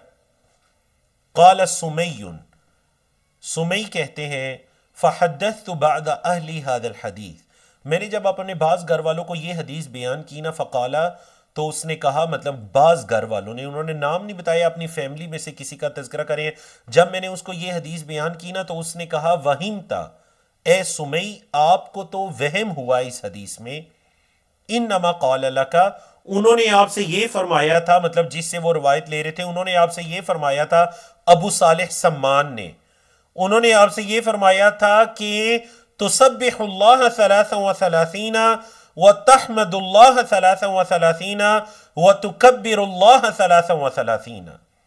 हाँ, ऐसे हदीस बयान करें, 33 मरतबा तस्बीह, 33 मरतबा हमद, 33 मरतबा तकबीर। कहते हैं फरजातु इला अबी सालिहिन, अब जब सुमई को यह पता चला ना कि पता नहीं मुझे वहम हो गया है, मेरे घर वालों ने, घर के किसी फर्द ने मेरी इस्लाह की, तो देखें जिससे उन्होंने हदीस को सुना था ना, अबू सालेह सम्मान, उसके पास वापिस गए, वापिस जाकर उससे कहा फ़कुल्तु लहू ज़ालिका फ़रजातु इला अबी सालिहिन, मैं अबू सालेह के पास गया और मैंने उनसे यही बात बताई कि घर में से किसी फर्द ने यह कहा है आपको वहम हो गया है। फ़काला, तो अबू सालेह ने कहा अल्लाहु अकबर व सुबहान अल्लाह वल्हम्दुलिल्लाह, नहीं तुमने ऐसे कहना है अल्लाहु अकबर सुबहान अल्लाह अल्हम्दुलिल्लाह, हत्ता तबलुग मिन जमीइहिन सलासन व सलासीन, 33 मरतबा इनको पूरा करना है। तो अबू सालेह की क्या राय थी, मतलब ये कि अल्लाहु अकबर सुबहान अल्लाह अल्हम्दुलिल्लाह, अल्लाहु अकबर सुबहान अल्लाह अल्हम्दुलिल्लाह, अल्लाहु अकबर सुबहान अल्लाह अल्हम्दुलिल्लाह, अल्लाहु अकबर सुबहान अल्लाह अल्हम्दुलिल्लाह, अल्लाहु अकबर। तो इस तरह से 33 करना है, फिर उसके बाद दोबारा 33, फिर दोबारा 33। समझा गई। तो ये अबू सालेह की राय थी। तो वल्लाहु आलम, जो दुरुस्त बात मालूम होती है वो यही है कि अगर आप पहले एक जिक्र को भी 33 मरतबा कर लेते हैं तो कोई हर्ज वाली बात नहीं है, ठीक है। मतलब 33 मरतबा आप पहले जो तस्बीह है सुबहान अल्लाह सुबहान अल्लाह सुबहान अल्लाह सुबहान अल्लाह सुबहान अल्लाह सुबहान अल्लाह सुबहान अल्लाह सुबहान अल्लाह सुबहान अल्लाह, और उसके बाद फिर तकबीर तहमीद इस तरह भी कर लेते हैं तो ये भी ठीक है, और ये 99 हो जाएगा। जब 33 33 33 मरतबा पढ़ेंगे तो 100 का अदद पूरा करने के लिए आप क्या करेंगे जी, 100 का अदद पूरा करने के लिए आप ये जिक्र पढ़ेंगे ला इलाहा इल्लल्लाहु वहदहु ला शरीक लहु लहुल मुल्कु व लहुल हम्दु व हुवा अला कुल्ली शैइन कदीर। तो ये 100 की तादाद पूरी हो जाएगी। समझ आई। अच्छा, अब हम इस तरह करते हैं ना, ये नमाज के बाद की एक हदीस है, गर्चे इमाम साहब ने इसको नमाज के बाद में जिक्र किया, लेकिन दर हकीकत इस हदीस को होना चाहिए था जो पीछे किताबुल जामे पढ़ी है ना उसके अंदर, जैसे कि शारिहीन ने भी कहा, क्योंकि हमने की जो किताबुल जामिउन पढ़ी थी ना उम्दतुल अहकाम के अंदर, उसके अंदर ऐसी हदीस थी नमाज के अंदर खुशू खुदू के बारे में। लेकिन चूंकि ये आप सल्लल्लाहु अलैहि वसल्लम ने नमाज के फौरन बाद इस्लाह फरमाई, तो इस वजह से इमाम साहब ने यहां पर जिक्र कर दिया कि अगर नमाज के अंदर कोई ऐसी गलती या मिस्टेक हो जाती है या कोई ऐसी चीज होती है तो नमाज के बाद ही उसकी इस्लाह की जाए। अन आयशा रदियल्लाहु अन्हा, उम्मुल मोमिनीन हज़रत आयशा की रवायत है कि नबी सल्लल्लाहु अलैहि वसल्लम सल्ला फी खमीसतिन लहा अअलामुन, आप सल्लल्लाहु अलैहि वसल्लम ने एक चादर में नमाज पढ़ी जिसकी कुछ उस पर आलाम थी, मतलब उस पर कुछ लाइनें वाज़े थीं। अब वो जो लाइनें थी ना, फनज़र इला अलामिहा नज़रतन, आप सल्लल्लाहु अलैहि वसल्लम ने उसकी लाइनों की तरफ एक नज़र डाली, फलम मनसरफ़ा, जब नमाज से फिरे, क़ाला, तो आप सल्लल्लाहु अलैहि वसल्लम फरमाया, इज़हबू बिखमीसती हादिही इला अबी जहम, जाओ मेरी ये वाली जो कमीज है ना, मेरी ये वाली जो खमीसा है, मतलब ये चादर है, जो खमीसा है, चादर है, इसको अबू जहम के पास ले जाओ। ये उसको देकर वतूनी भी अम भी जानियती अबी जहम, और अबू जहम की जो चादर है वो मेरे पास ले आओ, क्योंकि वो सादा है, उस पर ऐसी लाइनें नहीं है, आलाम नहीं है, तो वो सादा चादर मेरे पास ले आओ। क्यों? क्योंकि ये जो लाइनों वाली चादर है ना, फ़इन्नहा अलहतनी आनिफन अन सलाती, क्योंकि इसने अभी मुझे मेरी नमाज में गाफिल कर दिया है, मुझे इसने नमाज के अंदर इतना गाफिल किया, मुझे पता ही नहीं चल रहा था कि मैं क्या पढ़ रहा हूं, इसने मुझे मेरी नमाज से गाफिल किया। समझ आ गई जी? तो नीचे इमाम साहब तर्जमा बता रहे हैं कि अल खमीसा का क्या मतलब है। अल खमीसा कहते हैं किसा उन मुरब्बा उन लहा आलामुन, एक ऐसी मुरब्बा शक्ल की चादर जिस पर लाइनें हो। वल अम्बिजानिया किसा उन गलीद उन, एक मोटी चादर को अम्बिजानिया कहते हैं। ठीक है जी, बारकल्लाहु फीकुम। तो यहाँ तक हमने नमाज के बाद के ज़िक्र-ओ-ज़कार और वितर को मुकम्मल किया। तो इंशाअल्लाह आने वाले वीक में हम बाबुल जमअ बैन अस्सलातैन फ़ी सफ़र और बाबु क़स्र सलात को पढ़ेंगे, और उसके बाद बाबुल जुमा को इंशाअल्लाह अल्लाह की तौफीक से शुरू करेंगे। तो सफ़र के अंदर नमाज़ों को जमा करना ये भी बड़ा अहम तरीन बाब है, जिसको हम अल्लाह की तौफीक से अगले हफ्ते के अंदर पढ़ने जा रहे हैं। ठीक है जी, तो अब हम आ जाते हैं कुछ आपके सवालात की तरफ, और फिर सवालात के बाद इंशाअल्लाह हम सेशन क्लोज करना चाहते हैं। और तकरीबन आज की जो हमारी हदीस थी, हमने सोचा था 2 बाब मुकम्मल करने का, तो अल्लाह की तौफीक से हमने 2 बाब मुकम्मल किए। ईशा की रकात है, अगर वितर ईशा की नमाज नहीं है तो फिर ईशा की जो नमाज है वो ज़ाहिर बात है जो 4 रकात फ़र्ज़ है और 2 रकत सुन्नत है, जो सुन्नत मौक़दा है। 4 रकत फ़र्ज़ और 2 रकत सुन्नत है, ये ईशा की नमाज है। और वितर जो है ये रात की इबादत है। ठीक है जी,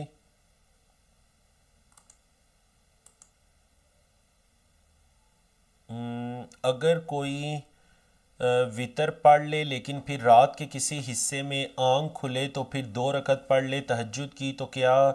हाँ जी, बड़ा प्यारा आपने सवाल पूछा, बारकल्लाहु फीकुम।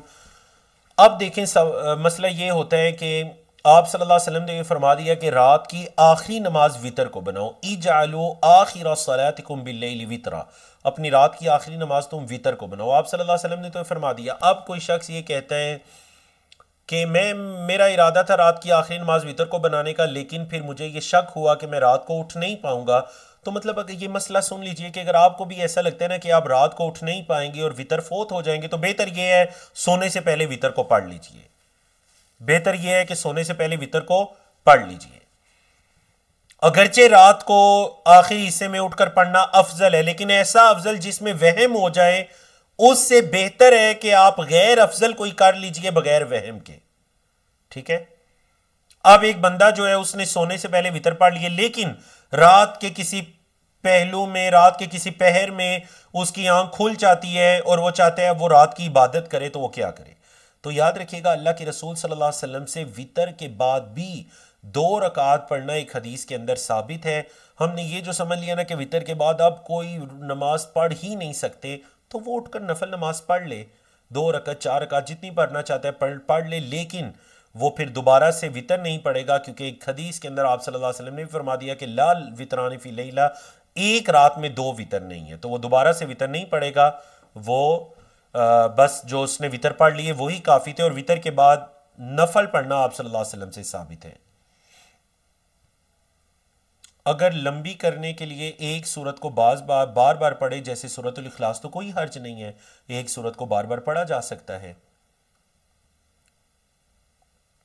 क्योंकि आप सल्लल्लाहु अलैहि वसल्लम ने वो हदीस हम पढ़ चुके हैं ना, जो मुसी उस सलात, एक हदीस का नाम था हदीस मुसी सलात, नमाज को अच्छे तरीके से ना पढ़ने वाले की हदीस। तो उस हदीस के अंदर हमने पढ़ा था ना, आप सल्लल्लाहु अलैहि वसल्लम ने साहबी को हुक्म दिया कि जब तू खड़ा हो सूरतुल फातिहा पढ़, तो फिर तू तुम मक़रा मा तयस्सर माका मिनल कुरान, फिर तू वो पढ़ जो तुझे कुरान मुयस्सर है। तो जो मुयस्सर है वो पढ़िए, शरीयत ने कोई रोक टोक नहीं लगाई, तो जो मुयस्सर है वो पढ़िए, और सूरत दोहराने में कोई हर्ज नहीं है।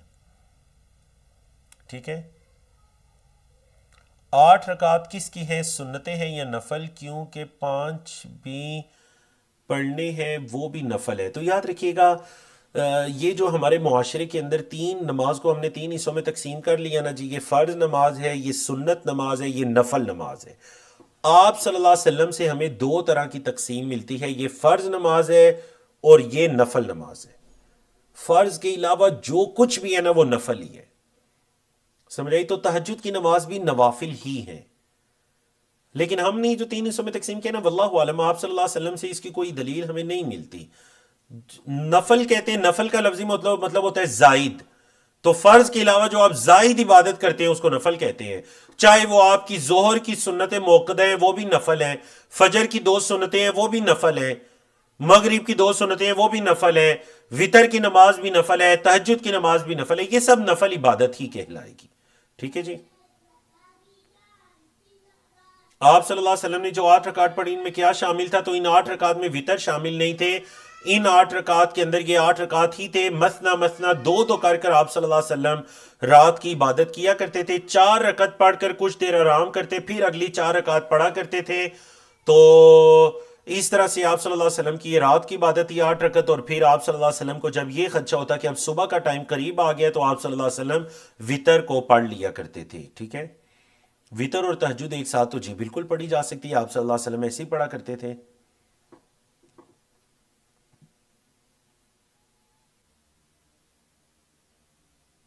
बहुत अच्छा सवाल पूछा कि शेख, वितर के बारे में आया है कि वितर अल्लाह को पसंद है, तो इस तरह क्या कुछ भी 2 चीज़ एक जोड़ा खर्च करने की फजीलत? तो बिल्कुल, एक हदीस के अंदर अल्लाह की राह में जो खर्च किया जाता है ना, तो वो जोड़ा खर्च करने की फजीलत आई है।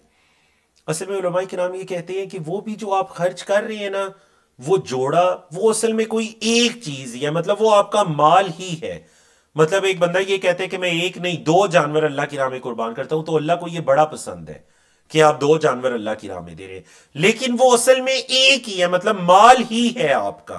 तो इस एतबार से वो अल्लाह की राह में खर्च करने के एतबार से वो वितर ही है, दोनों मिलकर भी आपका माल ही है ना, तो वो इस एतबार से वितर ही है। ठीक है। तो वो हदीस इस तरह से समझी जाएगी कि कोई एक चीज अल्लाह की राह में दे रहे हैं तो आप 2 दे दीजिए, ये अल्लाह को ज्यादा पसंद है। और जो वितर पसंद है वो इसलिए कि अल्लाह रब्बुल इज्जत की जात वितर है, वितर को पसंद करती है। अल्लाह ताक है, वो एक है, तो अल्लाह ताक इबादत को पसंद करते हैं। तो आप देखेंगे जो अक्सर इबादत है, मसलन आपका तवाफ है, साई है, और उसके अलावा आपकी दिन की रकात है जो मगरिब से ताक हो जाती है, रात की इबादत है जो रात के वितरों से ताक हो जाती है, तो अक्सर इबादत आपको ताक दिखाई देंगी। आपकी नमाजों की तादाद है 5 है, वो भी ताक है, अक्सर आपको इस तरह की चीजें ताक दिखाई देंगी। ठीक है जी। हाँ, 3 रकात वाले वितर का तरीका और दुआए कुनूत हाथ उठाकर क्या पढ़े जाएंगे? तो जी बिल्कुल, ये बहुत जरूरी आपने सवाल पूछा। याद रखिएगा, वितर के 2 तरीके अल्लाह के रसूल सल्लल्लाहु अलैहि वसल्लम से साबित हैं, और एक तरीका जो हम करते हैं लेकिन अल्लाह के रसूल सल्लल्लाहु अलैहि वसल्लम से साबित नहीं है। आप सल्लल्लाहु अलैहि वसल्लम ने फरमा दिया जो वितर की नमाज है ना, उसको मगरिब के मुशाबे ना पढ़ो, मगरिब की तरह से ना पढ़ो, और हम वितर की नमाज को ऐन मगरिब की तरह पढ़ते हैं। 2 रकत करने के बाद तशहुद करके उठते हैं और फिर तीसरी रकत पढ़ते हैं। ये तरीका आप सल्लल्लाहु अलैहि वसल्लम से वितर का साबित नहीं है। आप सल्लल्लाहु अलैहि वसल्लम से वितर के जो 2 तरीके साबित हैं, पहला तरीका जो अफजल है वो ये है कि आप 2 रकते पढ़ें, पढ़कर सलाम फेर दें और फिर उठकर अलग से तीसरी रकत पढ़ लें। ये पहला तरीका। और दूसरा तरीका यह है कि आप तीनों रकत एक तशहुद के साथ पढ़ें। दूसरी रकत के बाद बैठे ना तहियात के लिए, बल्कि दूसरी रकत से डायरेक्ट खड़े हो जाएं और फिर तीसरी रकत में एक ही दफा बैठे। ये 2 तरीके आप सल्लल्लाहु अलैहि वसल्लम से साबित हैं। अब जहां तक ताल्लुक है दुआ करने का, तो अल्लाह के रसूल सल्लल्लाहु अलैहि वसल्लम से जो वितर की दुआ साबित है वो रुकू से पहले ही साबित है। वितर की दुआ रुकू से पहले ही पढ़ी जाएगी। मतलब तीसरी रकत में आपको पता है ना, वितर की 3 रकात में जो 3 सूरतें पढ़ना सुन्नत है। पहली रकत में सूरतुल आला पढ़ी जाए, दूसरी रकत में सूरतुल काफिरून पढ़ी जाए और तीसरी रकत में सूरतुल इखलास पढ़ी जाए। तो सूरतुल इखलास पढ़ने के बाद वितर की दुआ पढ़ी जाए और वितर की दुआ आपके साथ शेयर भी कर दी जाएगी, अल्लाहुम्मा हदीना फीमन हदैत व आफिना फीमन आफैत, या फिर वाहिद के सीगे के साथ अल्लाहुम्मा हदीनी फीमन हदैत व आफिनी फीमन आफैत। और ये तवील दुआ और इसके अलावा बाकी दुआएं भी साबित है। तो ये दुआ पढ़कर आप रुकू में चले जाएं, फिर रुकू से उठे और उसी तरह सद्दे और सलाम। ठीक है। हमारे यहाँ ये जो तरीका बना लिया गया ना कि वितर में रुकू के बाद फिर हाथ उठाकर दुआ, तो वल्लाहु आलम रमज़ान के अंदर अक्सर मसाजिद में इस तरह किया जाता है, वो कुनूत नाजिला की वजह से कि उस दुआ वितर की दुआ में ही कुनूत नाजिला भी शामिल कर दिया जाता है। अदरवाइज जो वितर है उसकी दुआ रुकू से पहले ही है। ठीक है।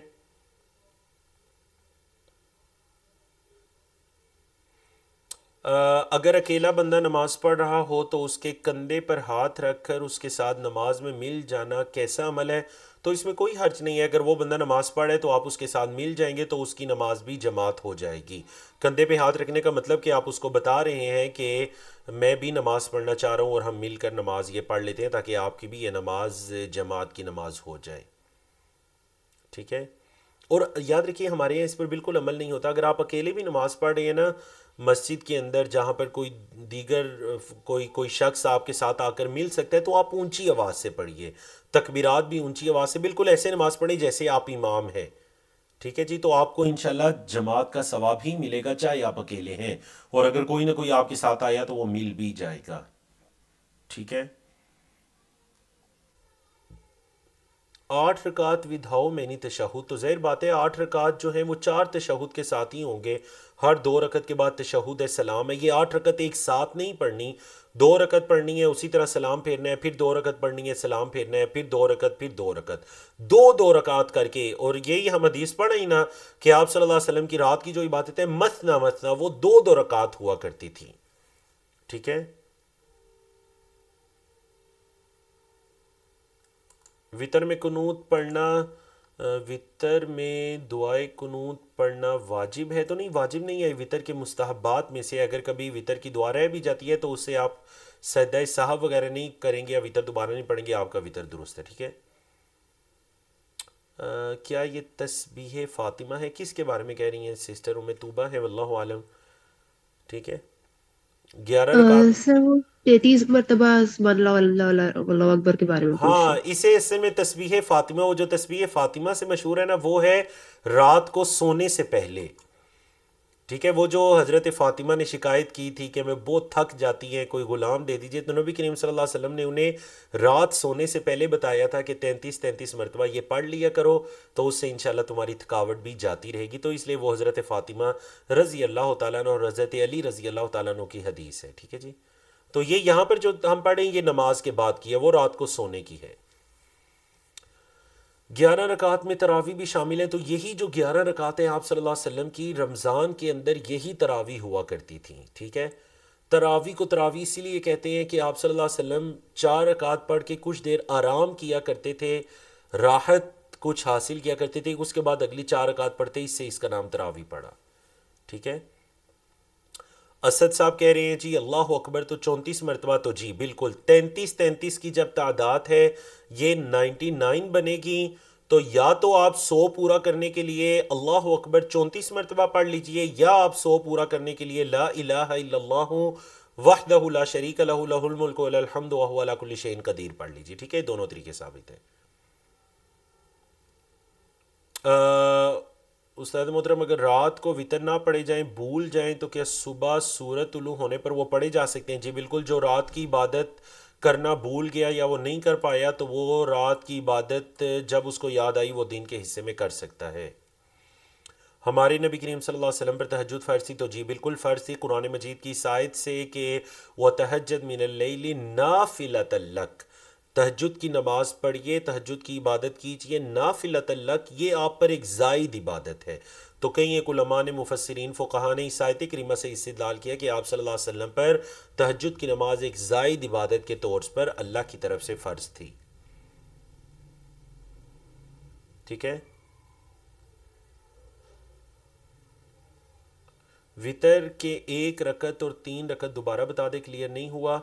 तो वितर पढ़ने के दो तरीके आप सल्लल्लाहु अलैहि वसल्लम से साबित है। पहला तरीका ये कि आप 2 रकतें पढ़कर सलाम फेर दें और फिर उठें और उठकर तीसरी रकत पढ़ लें अलग से। और दूसरा तरीका जो साबित है वो एक तशहुद के साथ 3 रकात पढ़ लें, मगरिब की तरह पढ़ना आप सल्लल्लाहु अलैहि वसल्लम से साबित नहीं है। ठीक है जी, क्लियर हो गया ना। वितर क्या मतलब वितर 1 2 रकत या 3 रकत इकट्ठे? असल में मैं जो कुछ बोल रहा होता हूँ ना तो वो कोई भी आप में से लिख कर सवाल सेंड कर देता है तो वो मुझे, फिर मैं आगे निकल जाता हूँ, मुझे नहीं पता चलता कि आपने वो सवाल किस मौके की मुनासबत से किया था। तो सवाल करें तो पूरा लिखें कम अज़ कम। सर वो पूछ रहे हैं कि वितर वो 2 रकात इकट्ठे पढ़ने हैं या 1 रकात अलग से फिर पढ़ना, वो उस बारे में पूछ रहे हैं जो आपने बता दिया ऑलरेडी। चले, मैंने 2 दफ़ा उसकी वजाहत कर दी अल्हम्दुलिल्लाह। अगर वितर में दुआए कुनूत पढ़ना भूल जाए और रुकू में चला जाए तो क्या करे? तो वो रुकू से वापस नहीं आएगा, बस वो फिर सद्दे कर लेगा, ज़ाहिर बात है, क्योंकि दुआ पढ़ना मुस्तहब अमल है, आइंदा से वो एहतियात करे पढ़े। अलबत्ता रुकू जो है ना वो रुकन है, फिर रुकन से वो दोबारा दुआ की तरफ नहीं आएगा।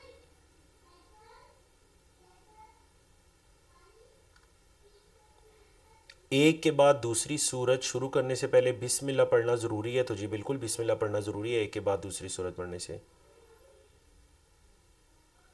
एक सवाल था कि सदा तिलावत में तकबीर बोलेंगे क्या और सलाम करेंगे, वज़ू होगा? तो सदा तिलावत में अक्सर उलमाए किराम ने कहा वज़ू होगा, ठीक है जी, और सलाम सदा तिलावत का नहीं फेरेंगे, क्योंकि सलाम फेरेंगे तो ये तो एक अलग से इबादत हो जाएगी, तो ये पूरी इबादत नहीं है, सिर्फ सजदा आपने करने और तकबीर कहेंगे, अल्लाह अकबर कहकर आप सजदे में जाएंगे और बस सजदे से उठ जाएंगे। ठीक है जी, अल्लाह अकबर कहकर ही सजदे से उठ जाएंगे बस।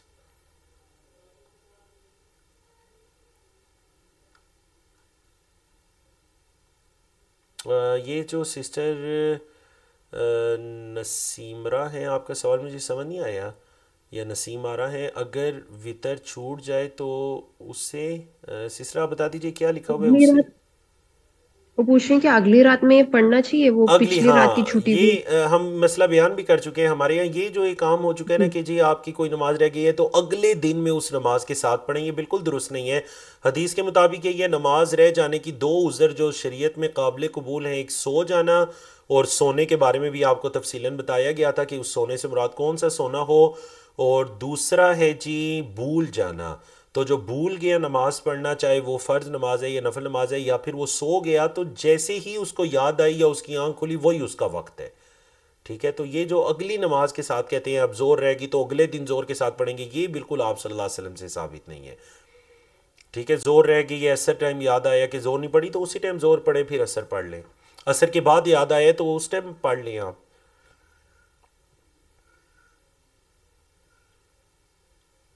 हम फ़र्ज़ नमाज में सूरतुल फातिहा के बाद कोई सूरत क्यों नहीं पढ़ते आखिरी रकात में? क्योंकि हम पर शरीयत ने ऐसे ही फ़र्ज़ किया है, इस वजह से शुरू की 2 रकात में सूरतुल फातिहा के साथ सूरत मिलाई जाएगी, आखिरी 2 रकात में नहीं मिलाई जाएगी, ऐसे ही फ़र्ज़ है, वल्लाहु आलम।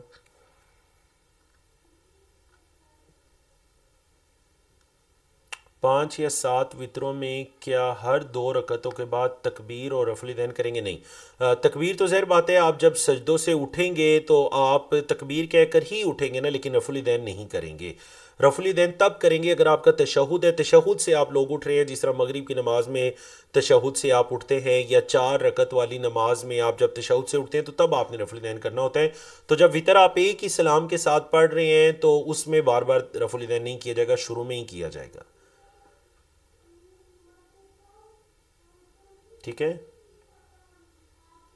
तस्वीर में अल्लाह अकबर 34 बार पढ़ना, इससे पहले पढ़ रही हूँ, क्या पढ़ना चाहिए? आपने जिक्र नहीं किया, वल्लाहु आलम, मैं समझा नहीं क्या मतलब तस्वीर में अल्लाह अकबर 34 बार पढ़ना, इससे पहले पढ़ रही हूँ। देख लीजिए सवाल अगर समझ आ रहा है। असद हबीब साहब है उनका।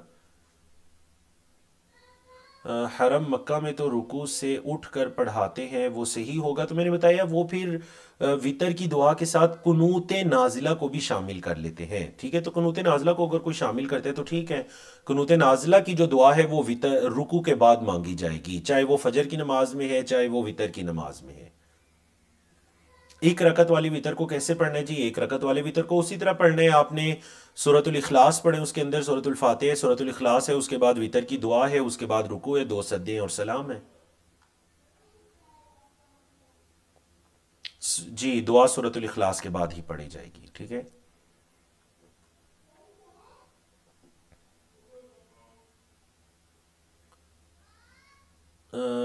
बिफोर फर्ज नमाज सुन्नत हाउ मैनी विल प्रे? कौन सी फर्ज नमाज? फर्ज से पहले कितनी सुन्नत पड़ जाएगी? तो किस फर्ज नमाज का वल्लाहु आलम। वितर अगले दिन सुबह फजर के बाद आए तो हम बता चुके हैं।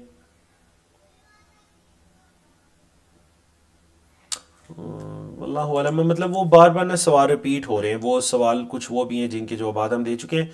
तो देखिए अगर आप कोई नया सवाल है तो वो पूछ लीजिए जिसका जिक्र अभी तक नहीं गुजरा।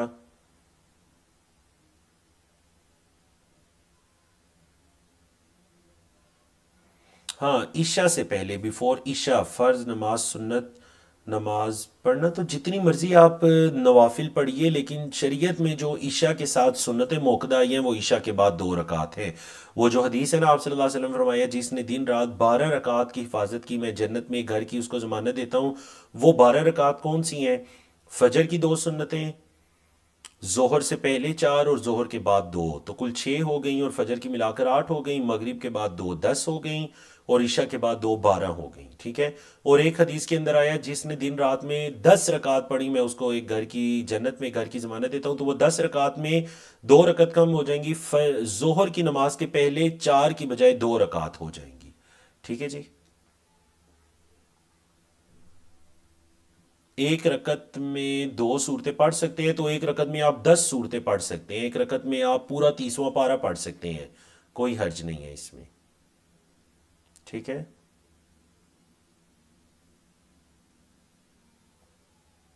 अल्लाहुम्मा इन्ना नस्तईनुका व नस्तगफिरुका, ये दुआ पढ़ सकते हैं। तो जी वितर के अंदर ये दुआ भी पढ़ सकते हैं। क्या फ़र्ज नमाज के सजदों में दुआ कर सकते हैं? तो फ़र्ज नमाज के सजदों के अंदर वही बात आ जाती है, पहले जिक्र गुजरा भी, कि एक वो दुआएं जो मैं और आप अपने लिए पसंद करेंगे, और एक वो दुआएं जो अल्लाह के रसूल सल्लल्लाहु अलैहि वसल्लम ने हमारे लिए पसंद की। तो याद रखिएगा, खैर उसमें है जो अल्लाह के रसूल सल्लल्लाहु अलैहि वसल्लम ने हमारे लिए पसंद की। तो वो दुआएं मांगे, उनके अंदर हर चीज़ है। मगफिरत की दुआ भी है, रहमत की दुआ भी है। वो दुआएं मांगे, सुजूद में याद कीजिए। 5 6 सजदे की दुआएं आप सल्लल्लाहु अलैहि वसल्लम से साबित है। ठीक है। मस्जिद में अजान के बाद नमाज पढ़ना है, क्या है ज़रूरी है फ़र्ज़ नमाज से पहले? तो मस्जिद में अजान के बाद अगर आप पहले से मस्जिद में बैठे हुए हैं ना, अजान हो गई है और आप तहियतुल मस्जिद पढ़ चुके हैं, तो आपके लिए नवाफिल पढ़ना ज़रूरी नहीं है। आप बेशक बैठकर तिलावत कर लें, बैठकर दुआ कर लें। आप सल्लल्लाहु अलैहि वसल्लम फरमाया अजान और इकामत के दरमियान दुआ को रद्द नहीं होता, बड़ा कीमती वक्त है। उस वक्त में आप दुआ मांग लें, ज़िक्र-ओ-ज़कार कर लें, जो मर्ज़ी कर लें, नवाफिल पढ़ लें। तो ज़रूरी नहीं है कि आप हर हाल में अब अजान हुई है तो उठकर 2 रकत पढ़ें, ज़रूरी नहीं है। हाँ, अगर जोहर की अजान हुई है तो ज़ाहिर बात है जोहर की सुन्नत मौक़दा पढ़ी जाएंगी, और मगरिब की अजान हुई है तो मगरिब की फ़राइज़ से पहले भी 2 रकत पढ़ना अल्लाह के रसूल सल्लल्लाहु अलैहि वसल्लम से साबित है। तो चलिए जी, अल्हम्दुलिल्लाह, अल्लाह की तौफीक से आपके गालबन कोई 30 से ज़्यादा सवालात को भी क्लियर कर दिया गया। तो इंशाअल्लाह आने वाले हफ्ते में हम शुरू करेंगे कहाँ से? बाबुल जमई बैन सलातैन फ़ी सफ़र, सफ़र के अंदर 2 नमाज़ों को जमा करने का बाब। तो अगर जो हमारे एडमंस हजरात हैं, सिस्टर रफ़िया है या उमेर भट्ट साहब, अगर आपकी तरफ से कोई भी अनाउंसमेंट है तो आप कर दीजिए, वरना हम कफ़ारे मजलिस की दुआ पढ़ते हैं। चलिए जी, बारकल्लाहु फ़ीकुम व अहसनल्लाहु इलैकुम। अक़ूलु क़ौली हाज़ा अस्तग़फ़िरुल्लाह ली व लकुम व लिसाइरिल मुस्लिमीन मिन कुल्लि ज़ंबिन व सल्लल्लाहु तआला अला नबीना मुहम्मदिन व अला आलिहि व सहबिहि अजमईन।